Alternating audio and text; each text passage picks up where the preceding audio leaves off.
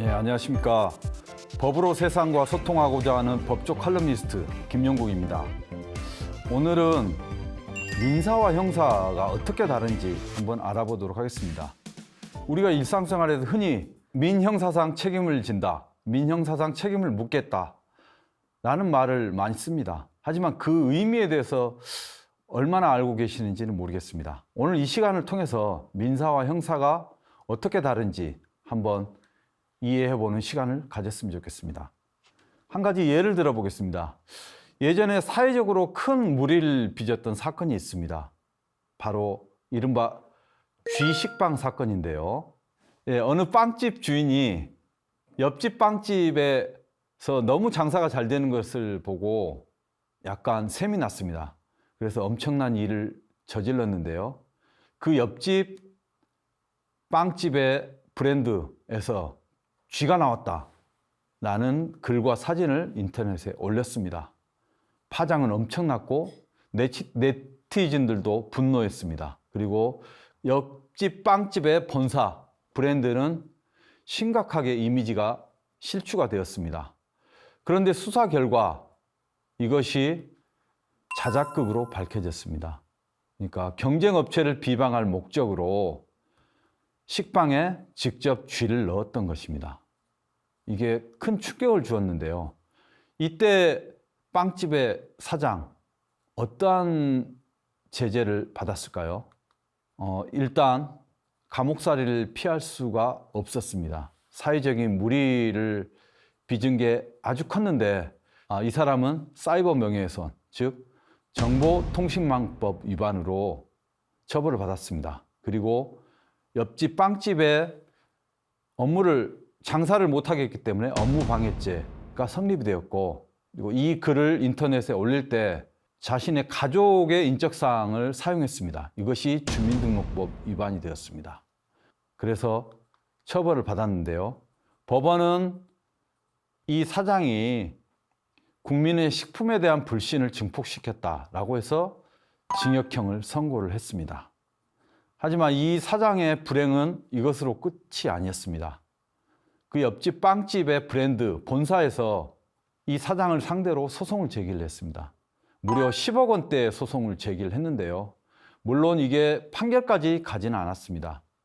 하지만 쥐식빵이라는 어떻게 보면 해프닝에 가까운 사건으로 이 빵집 주인은 감옥살이를 하고 그에게 손해배상을 해줘야 되는 상황이 생기게 되었습니다.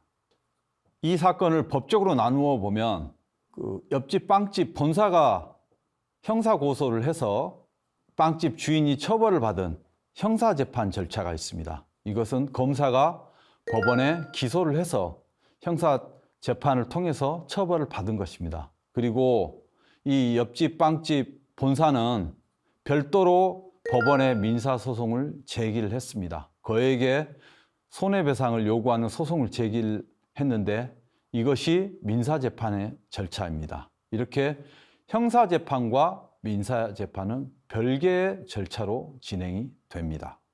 간단하게 사례로 말씀드렸는데 이제 구체적으로 민사와 형사가 어떻게 다른지 설명을 드리겠습니다. 민사란 개인과 개인 사이의 다툼이 있을 때 권리를 주장하는 사람이 상대방을 상대로 법원에 제기하는 소송입니다. 이 민사소송을 제기하기 위해서는 법원에 소장이라는 서류를 내야 됩니다. 예를 들자면 대여금, 공사대금, 계약금, 손해배상 같은 권리를 갖고 있는 사람이 법원에 소송을 내는 것이고, 민사소송의 당사자는 소송을 제기한 사람이 원고가 되고 소송을 당한 사람이 피고가 됩니다. 반면 형사재판은 범죄자를 처벌하기 위한 절차입니다.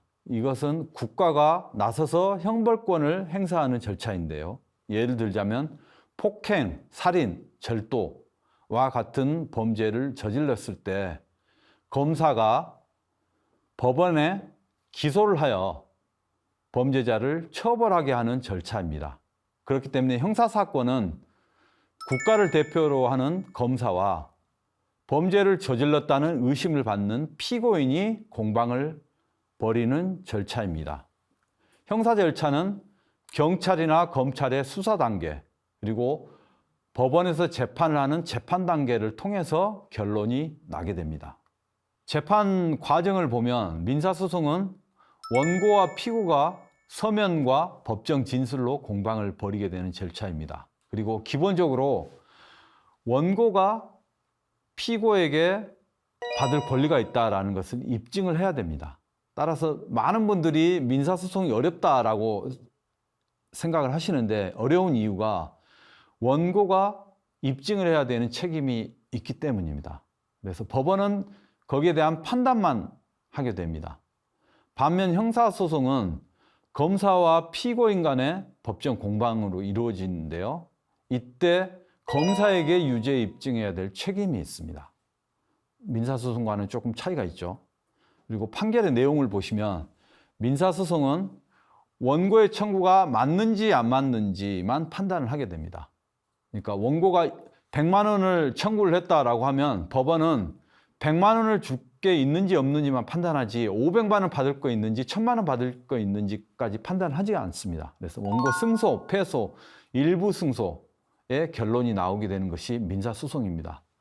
반면 형사소송은 피고인이 죄가 있는지 없는지, 죄가 있으면 어느 형이 적정한지를 판단하는 절차인데요. 예를 들자면 징역 1년, 벌금 500만 원, 피고인은 무죄다라는 결론이 나오는 것이 형사소송입니다. 다시 한번 정리해서 말씀드리자면 민사소송은 개인의 권리와 관계되는 것이고, 형사재판은 국가가 만든 형벌과 관계되는 것입니다. 그래서 민사소송의 경우에 재판은 원고의 청구가 타당한지 아닌지를 판단하게 됩니다. 그리고 형사재판은 피고인이 죄가 있는지 없는지를 판단하게 됩니다. 민사재판의 경우에 판결대로 이행을 하지 않더라도 사회생활에 불이익은 없습니다. 다만 강제집행을 당할 수는 있습니다.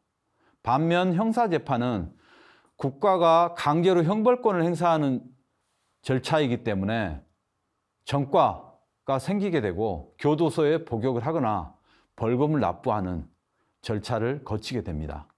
앞서 사례로 든 쥐식빵 이야기로 다시 돌아가 보겠습니다. 빵집 사장의 자작극은 형사상으로 회사의 명예를 훼손했기 때문에 명예훼손죄가 성립될 수 있습니다. 또 영업을 방해했기 때문에 업무방해죄가 성립됩니다. 따라서 국가가 형벌권을 행사해서 징역형 선고를 하게 되었습니다. 또한 민사상으로는 옆집 제과점 브랜드의 이미지를 훼손함으로써 많은 손해를 끼쳤기 때문에 손해배상 소송을 제기를 하게 된 것입니다. 이렇게 민사와 형사는 서로 독립된 절차이긴 하지만 밀접한 영향을 끼치기도 합니다. 다만 민사재판은 피해자 또는 권리를 구제받으려는 자가 소송을 제기하지 않으면 법원에서도 재판을 하지 않습니다. 그리고 재판의 결과가 각자 증거 자료로 사용되기도 합니다. 다만 형사재판에서 무죄가 나왔다고 하더라도 민사상으로 반드시 책임이 없다 이렇게 볼 수는 없습니다. 별개의 절차이기 때문입니다. 예를 들어 보겠습니다. 기혼자가 외도를 한 경우를 생각해 볼 수 있겠습니다. 예전에는 간통죄가 있었기 때문에 형사처벌을 받을 여지가 있었지만 지금은 간통죄가 폐지됐기 때문에 형사상으로는 죄가 되지 않습니다. 다만 민사상으로 배우자에게 정신적인 피해를 입혔기 때문에 손해배상 청구가 가능합니다. 이 민사와 형사에 대해서 잘 생각하셔야 될 게 어디로 가야 되느냐, 이 번지수를 찾는 것도 상당히 중요합니다. 형사의 경우에는 범죄자를 처벌하는 절차라고 했습니다. 따라서 범죄자를 처벌하기 위해서는 수사기관에 고소장을 제출해서 검사가 기소하고 형사재판을 받아야만 유죄 판결이 나올 수 있습니다. 반면 민사사건은 경찰이나 검찰로 가지 않고 법원에 소장을 제출해야 됩니다. 법원에 소장을 제출하면 그때부터 법원은 판결해야 될 의무가 생기기 때문에 민사재판은 법원을 찾으셔야 된다. 정리하자면 이렇습니다. 개인의 권리를 구제받기 위해서는 민사로 해야 되기 때문에 법원을 가야 됩니다. 반면 범죄자를 처벌하기 위해서는 형사로 가야 되기 때문에 경찰서에 고소장을 제출하는 것이 타당합니다. 민사와 형사는 이렇게 번지수가 다르기 때문에 잘 찾아가시는 게 중요합니다. 이상 민사와 형사가 어떻게 다른지 설명드렸습니다. 다음 강의에서 민사와 형사에 대해서 더 구체적인 내용으로 찾아뵙겠습니다. 고맙습니다.